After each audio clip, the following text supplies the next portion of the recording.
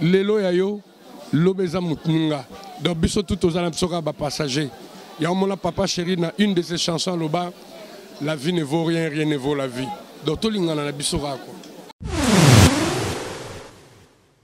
Gayaki Papé c'est ça qui. Na mutu apesi 4 chassa sucre, na mutu apesi 0. Tout ce loba, tout ça la concret. Donc, tous les la famille, tous ensemble, paix à son âme. Donc, maman Lopango, tous les la kaka, on a les fort. Mais franchement, il faut se le dire tout haut, le Congolais, tout l'inganité. Et aujourd'hui, même pour rien, ça commence à arriver dans la société Nabiso. C'est une histoire qu'on va arrêter. Venir à Liboso, exact, en 2005, bazaba lekio baye si la média. En 2005, on a travaillé dans moi na Koffi Olomide. Toyeba na kane azaroya epa na lemba, toujours sala ne mission. Mais curiosité ezala que non abanda média na mona ka jeune fille moko ya kitoko ya propre na ba jipa minene. Donc et le belinga ikanda, et le belinga pincement, et le belinga regret, et le belinga ba sensation négative nyo se zalaka na bomoya moto pambate oyakei azayanga. Mutualité misunga yomoko misunga tokate mutilinga la tezake yomoko misunga nga déjà na sadere na zabe na koki na Turquie Suède nga na Suède mabe na sale fo na kamala dina bela kaponga na sina sadere la pétrolière Grâce Mandela. Voilà misunga ya Grâce Mandela.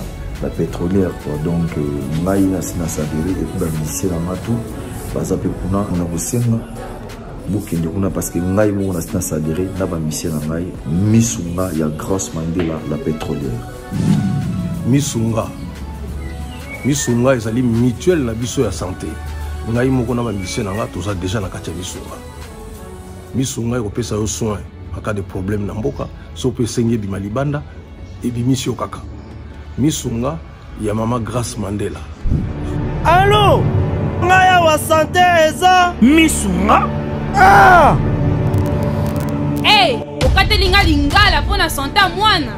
Mon fils, pour ma santé, misunga? Ah! Okatelinga lingala.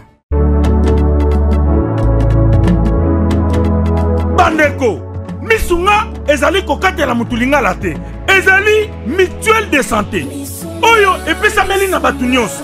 Employé to non employé, mutu nyonso oyo akoki kaka ko contribuer na mbongo mukie na fin du mois po ete mokolo akobela misunga ezwa soin na ye na ba hôpitaux nyonso ya minene ya République démocratique du Congo. Soki maladi na yo bakoki ko traiter yango awa na Congo te, misunga akozwa charge na yo okende kozwa soin na bamboka lokola Afrique du Sud, Turquie, Suède, Russie, to Inde. Kala mingi te na bamboka misusu. Soki mutu oyo misunga ezwaki charge na ye pona basoin, nzambe akamati molimo na ye, misunga akosokipe na mort na corbillard. Ate bandeko bazali libanda bakoki ko adere bandeko na bango awa na Congo po ete bazwaka soin awa na mbongo bango bazali kofuta. Na misunga, ta santé c'est ta vie. Merci beaucoup, le président d'Absina 3W Congo France, Ozana Roger Ngandou international, où il y a Papa Chéri. Roger Ngandou, bonjour. Bonjour, mon nom. Mon nom est Evelyne Camon Lopez. Tant que vous Evelyne Alali Boé, Takeyo Olobelo. Ça fait très mal, quoi. Mon nom, ça fait très mal. La séparation a été toujours douloureuse, quoi. Bon, il y a la loi nature. Seul Dieu va mettre et attendre les circonstances. Il m'a décidé à la Bongo. Elle est partie, mais c'est choquant, quoi. Moi, c'était plus qu'une amie, quoi. On blaguait, on buvait, on s'amusait, on se chamaillait. Ma femme. Donc, quand j'ai appris la nouvelle, je n'ai pas cru à mes oreilles, du coup, quoi. Mais bon, comme on est à la lit, et comme une réalité, donc, Eve Penda qui est à Tikibiso, au nom de Papa Chéri de son groupe, nous avons présenté ma condoléance les plus attristées la famille biologique ya Evelyne, la famille à Presse Mobimba en général, et puis la artiste Nyos tout parce que à Bandek ou Yamba Bisso na plateau naï. Ndega Papa Chéri Loba dans une de ses chansons, la vie ne vaut rien, rien ne vaut la vie. Liwana Efouete Abisso. To yamba a souffrir quand on l'a eu au bondo mon a soutenu l'émission comme on a bandé qu'on a parce que bando sa émission ne balo baké pas camarade na yamba ko to na roger analyse. Bon on a encore tapé dans détail je sais pas ce qui s'est passé. Chez nous le bantou, Liwa ils allaient toujours interpréter. Nayo yebango na suka. Nayo yebango na suka à quelques jours près décès en fait. Donc pendant que Bandeko souffrit, on a quitté, on a informé. Et du coup, tant qu'on est commis sérieux, ta soeur est sérieusement malade et 48 heures après, bah prendre un aïe, il faut garder un souvenir à Malam, il y a Evelyne Kamo Lopez, il faut garder un souvenir. Yasuka Tokutana, c'était un restaurant à l'université à Kinshasa. J'avais un rendez-vous là-bas, on a même rendez-vous. On a blagué, tout ce qui... Et c'était une fille gentille en fait, non conflictuelle. Elle aimait beaucoup apparaître. Elle aimait beaucoup Kozalana Batou, Komelana Batou, Kosekana Batou. En tout cas, je ne sais pas, mais Moutounio Sazarana Mabenaye. C'est pas parce que et pas nabiso tout ce qui mutakoufi a commis bien à Maramunyoso. Mais franchement, je le dis avec sincérité, natikala omona mabe ivete ko.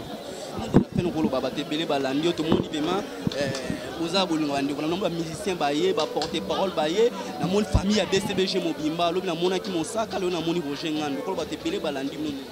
C'est pour dire qu'Abandeko se comportait bien. Azala qui bien abattu, abandé pour soigner ma relation il y a un monde fou oyo et pour na couler avant la conduite à la dernière demeure quoi.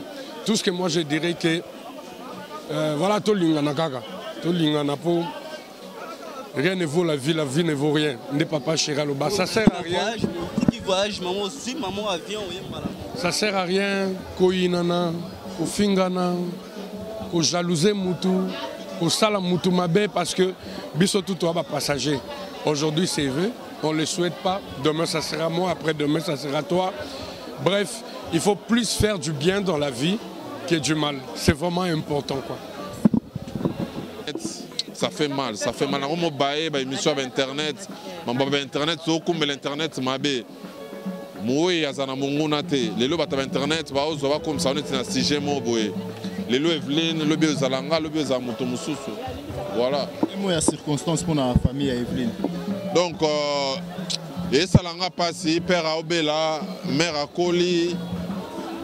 Donc, Nzamba Sissé Bango, Nzamba Zalana Bango.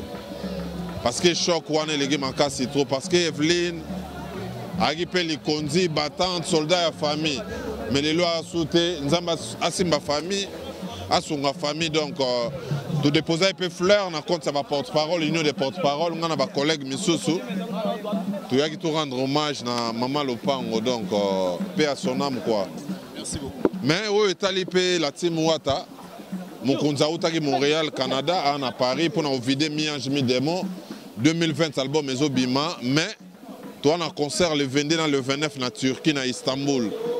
Donc à Istanbul, la team Ouata Tozoya pour des productions.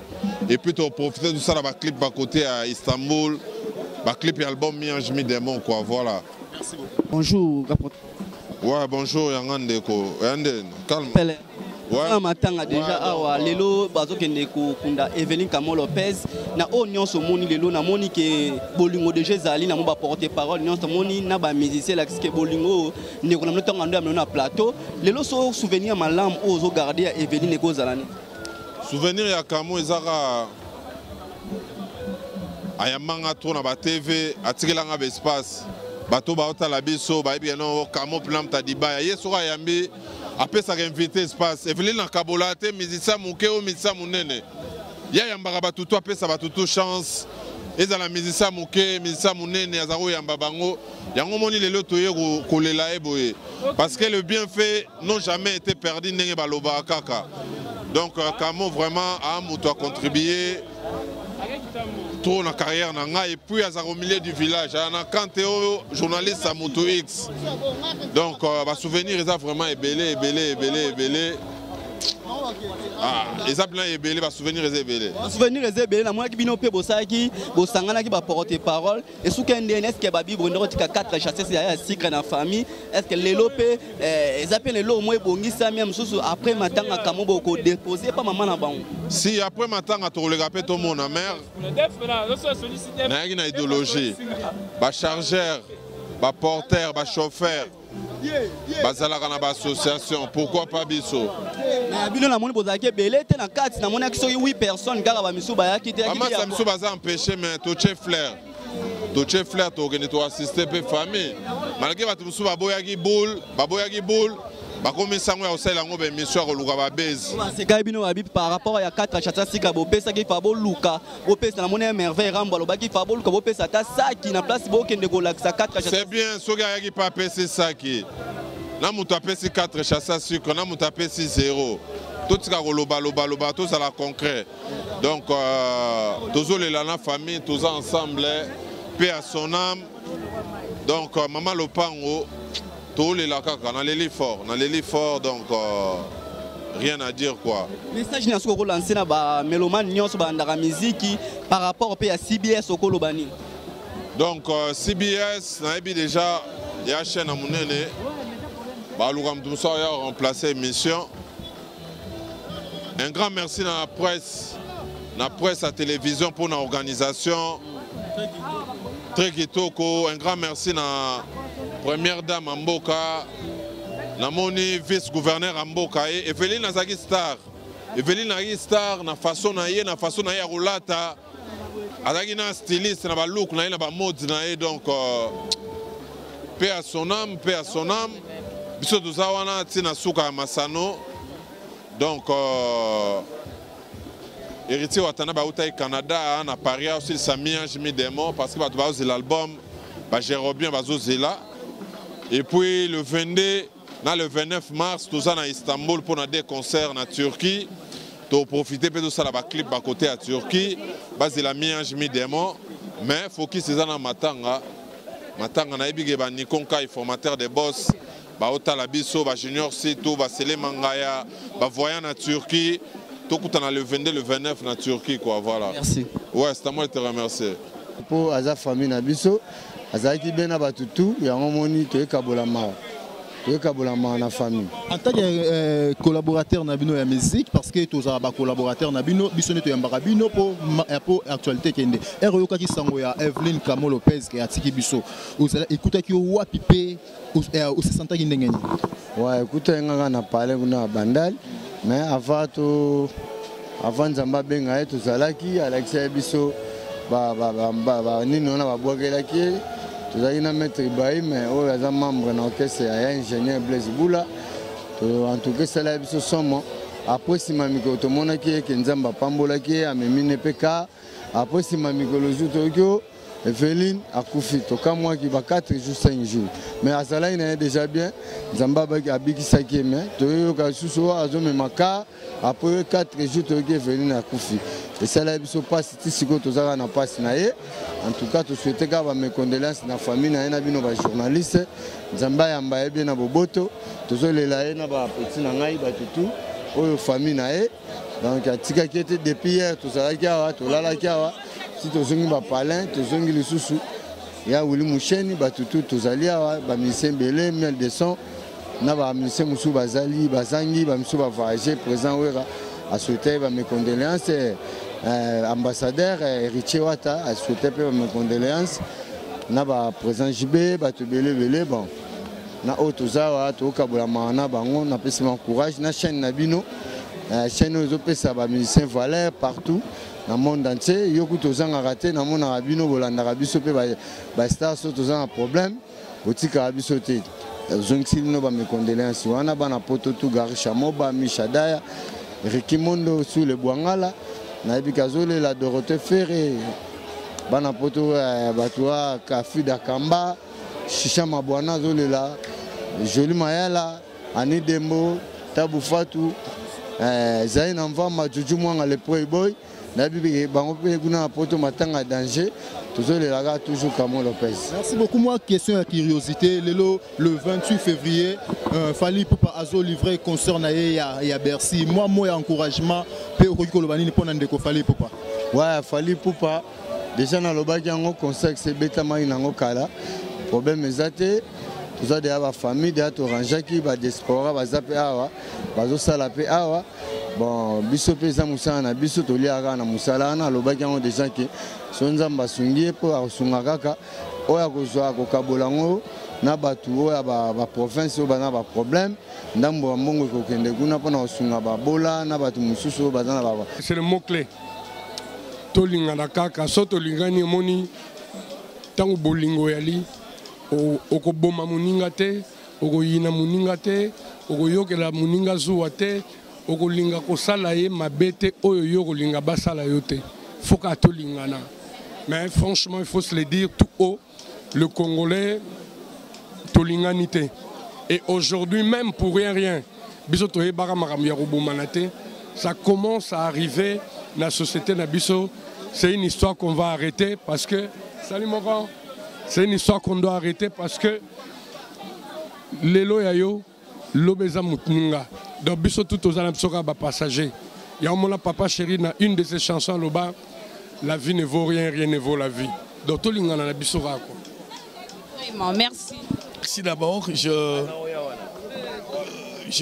regrette cette perte énorme d'une jeune fille que nous avons accueillie dans la presse, Evelyne Kamo Lopez. Moi, je l'appelais Vévé. Je l'appelais Vévé. Sur le plan de la chronique musicale, moi, je vous dis, c'est une diversité. Diversité par rapport à notre façon de travailler, par rapport à notre façon de traiter l'information culturelle, par rapport au moi. Chacun de nous a un moi et il amène sa donne dans la chronique. Moi, je suis parmi les aînés qui accueillent ce qui arrive et je les considère les mêmes jours. Donc, Evelyne, lorsque Zachary est rentré de l'Europe, il a créé une association de journalistes culturels dont j'en faisais partie. Ce sont des filles que nous avons accueillies et encadrées. Quand on suit son émission aujourd'hui, c'est l'expérience accumulée. Donc c'est une perte énorme pour la chronique. Ce que je regrette plus, elle est encore jeune, trop jeune.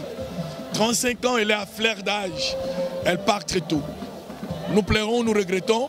Mais tout ce qu'on va dire, ceux qui ont l'habitude de soutenir les chroniqueurs musicaux, c'est l'occasion de montrer leur amour, de montrer leur, pas même la présence, façon de nous consoler.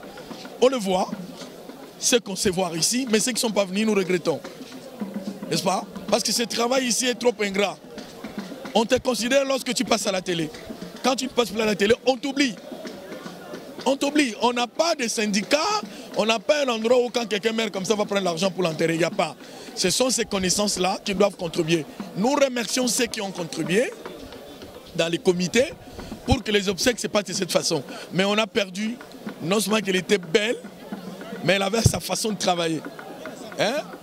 Maman Lopango, on m'a dit sobriquet déjà, et Zolobatou, Maman Lopango, sobriquet nae, paix à son âme, que la terre de nos ancêtres lui soit douce et légère. Une fille polie, respectueuse. Bon, je ne veux pas entrer dans l'ère polémique habituelle hein, entre filles, mais elle a marqué de ces empreintes indélébiles l'histoire de la chronique musicale. Chacun de nous a sa touche. Nous avons perdu la touche Evelyne. Merci. C'est une organisation qui a un protocole. Oxygène. Au directeur, directeur. Au directeur de RTNC. D'ailleurs, RTNC, la côté RTNC, il y a $400. À Tininga, il y a $400. Il y a 500, il y a 50, il y a 350. Donc, tout une question, il faut répondre. Merci. Deux protocoles, l'organisation et l'équipe très kitoko. Nana sali aspiration makambo nyonso les kabou. Les autres personnes nzambe na bateau a perception confiance et surtout bateau baebi kenga matière ya protocole de ce collègues ont déjà. Alors tant que dans son comité, ils avaient pensé que ngana na assuré protocole et puis événementiel. Alors, vous avez dit que Nazaki assistant il y a Paulo Mukendi na Bobse qui fait le tout. Donc évidemment idée on a pas Paulo Mukendi, na miko proposons la master de au moni réussite. Malgré ça on a ba moyen bena oyo, ba moyen conséquent. To sala ba moyen mo mike mais bino moni résultat. Donc yango sima nango comme oliembongo to kana sima mbongo boetika laki o fa pesa batu mbongo wasi bo tant bozu ba journaliste ou ba sali ba protocole bo sona bango bien et là c'est le plaisir pour la petite amso ba bazaki Evelyne Kamo Lopez ba pensaki ko tika bisote ba sengi yaya tout travailler na poto parce que Evelyne a idole na biso et voilà ba sengi mbongo te muta sengi mbongo parce que et puis na organisation mbongo malonga quotidien. Bon, sur la qui organise le Saliboé, c'est pas plus de 11 000 $, on dit. Mais tout ça, la cotisation à Bisso, vice-gouverneur a payé Bisso. Donc, ça n'est pas plus de 11 000 $. Maman lui va payer ça. Maman lui a payé l'autre. Et là, il se l'a payé. Maman lui a payé l'autre. Et puis, il a eu 99%, il y a réel. En fait, réalisation est à 99%, maman livre à 0,5 €. À Bedachou, à Pesagibiso, Mongo, mais à Pessimon, à Malonga pété. À Pessimon, 5 000 $. 5 000 $. À Pessimon, à Malonga pété. Donc, à Pessimon, 5 000 $, c'est connu, c'est vice-gouverneur. Na gouverneur Gentini Ngobila. Donc, on a une organisation Moniboy. Et ça pas plus de 10 000 $. Donc, nous avons une cotisation à Bisso, na vice-gouverneur, nous avons Willy Mouchen. Nous avons une cotisation à Mouké Mouké. Bisso m'a cotisé, nous avons Bisso, et il y a un peu de résultats. Message à Souka Okopes na Balandio, moi conseil Okopes na Bandeko Abasi lelo batika na presse, soki Evelyne Mbaso zoko na presse, soka zoko pe libanda, conseil Okopes na bana basi o nyonso balandara. Mfusu pona ko bwakela baninga mba. Omoni poso. Poso. Yati na mongote. Poso yati na mongote. Koza le fou te na vie. Koza la fierté na vie. Poso. Et le côté. Et on a enveloppe. Conseil européen ça ba fille ndekutu ba ndeko ne ba bwaki ba camarade na place banani ba camarade ba bwaki lié ba ndeko ne ba bwaki. En fait tout le monde est mortel. Oh peut-être bino bolobi que c'est même c'est que muta bokele que Evelyne maladie ils a problème té azabe mortalité. Ce qui a bokele Evelyne qui se pour kufa. Aye ba que personne tout le monde est mortel. Merci. Voilà. Bonjour Capote. Ouais, bonjour. Moi, je suis déjà dans ma tanga Evelyne Kamo Lopez. Souvenir à madame Ozo garder à Kamo Lopez des temps où on doit les cadres missionnaires. Ouais, souvenir, nous avons gagné à madame pas Kamo.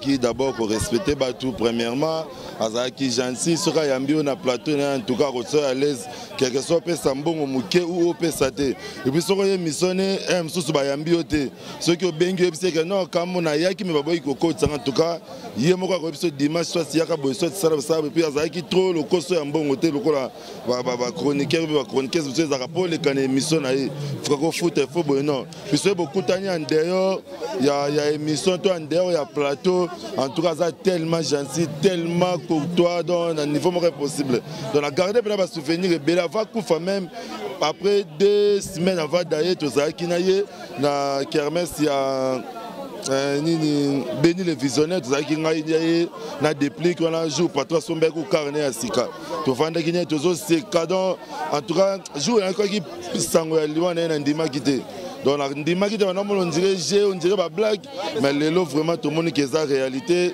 tout le monde comme on a kati ya cercle tout ça pena pas c'est choquant tout le monde qui ba idée na mino besoin qui ba porter parole bo sangana qui mais après on peut ça 4 chassés à sucre est-ce que après matin bo luka pe beaucoup tana famille na ouais on peut ça 4 sachets à sucre ça on le comme on peut ça peut 10 comme on peut ça 100 mais ba ça la kaka symbole le monde attention ba ko bala moi si ba zo mbongo tout te ba bimisaka liboso donc 4 chassés à sucre ça ira pour na matanga lokola famille bandé ko vanda moi sukali mbongo na pas sukali ko somba savon yango tuyaki après wana to organiser ki mo enveloppe pour la famille moi fleur et vitu ya ko pesama makenga na koma ki na retard pour na ba embouteillage tout ça mais c'est bon organisation ça va porter parole les autres qui est très bien ça évolue bien ba tout ba mikolo to ba ko nga ba soutenir ba o pe ba ça contre yango ba o ba zo lo ba les on dit pour na organisation na place ba tu mi balé misa to ba sangani nde place mukia na ebele bozala beaucoup telaka 8 personnes na mona oui ça problème té mais ata beaucoup mis 3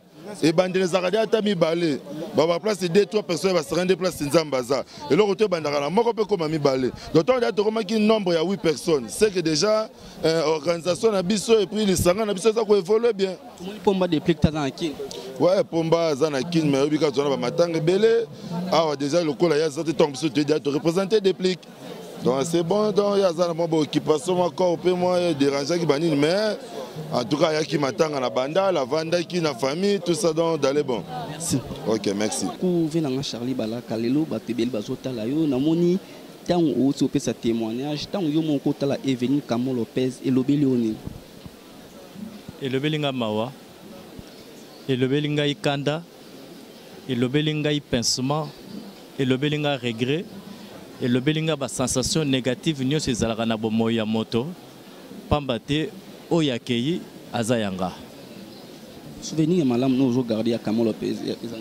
Souvenir ya liboso eza to kutana na ye na yeba na 2005 baza ba lekio ba yesi ba la média na 2005 wana nga nazo travailler na mwana nanga Koffi Olomide to yeba na kana azaro ya epa nanga na lemba tozo sala ne be mission mais curiosité ezala que no abanda média na mona kaka jeune fille moko ya kitoko ya propre na ba jipa minene donc c'est-à-dire ezalaki plaisir pour nanga après quelque temps ayi ko benganga pa ibisanga ke akomi mama lopango na presse à Congo na espace ya une année comme ça mutabandi média ba jipa minene na lopango à cause de la yemoko pamba te même ngam na banda média na 97 na tikala ko zoya ngote donc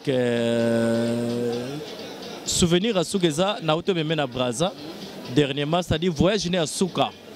Avant Akoufa, na Braza. C'était prévu qu'il fallait voyager à 30 journalistes. Mais possibilité permettait qu'il y ait 30 journalistes à voyager à 19. Alors 19 journalistes, on a Eve Moutou, à Salelanga listing. Il y a 19 journalistes, on a Kenana Bango Braza pour la conférence de presse pendant 3 jours dans la résidence de Londa. Il y a Ebeleza. Et puis, Aza. Na benga ke lokola cofondatrice ya Pullman Lebo Music Awards. Pourtant on a banni les kanisi wana ya Pullman Lebo Music Awards. Mutali boso na benga ki ba voyage nanga nino sona sala kaso na ke Braza Pointe Noire na ke dara toujours na edon c'est-à-dire azayanga. Aza yo pota ko perdre mwana yo mo pota ko bela. Après Evelyn oyokaki Evelyn azobela tant au moins ndesi ba mbasu o babwakela ke Evelyn okolo bani place à moi conseil par rapport ya ba fille baye bake liwa esalama pona biso ba vivant liwa esalama pona biso vivant oya sali bongo azana mikolo ebele te to uta mabele to kozonga mabele. Merci Lekinanga. C'est bon. Rekazé pour Silikanoki. Mais côté fort, elle était vraiment souriante et Aebaki Kobo Sanalika. À cause Silika, à Silika Tongo qui met beaucoup de temps Bosolo, les Bobongi, si fait Silipona et Sili. Dès que bateau, les gens sont souvent hypocrites. Au moins, la montée en section Menasima, Azane Nayote, Evelyne n'était pas comme ça, elle n'était pas hypocrite. Elle était parmi les personnes au bazar franc parler. C'est-à-dire, quand elle a un problème avec toi, Aïe a lobby non vraiment comme ça 4 sur table à contourner raté c'était ça bah point fort naïe et d'ailleurs parmi ma qualité bah tout le monde bazar na franc parler mais elle avait vraiment cela en elle alors elle va beaucoup nous manquer et je vous jure Evelyn Kamo Lopez azaki tout besoin naïté c'est-à-dire fille moko akoko petelo ba pe on a minute on dimite que zakié. Donc, incompréhension, moi, je analyser.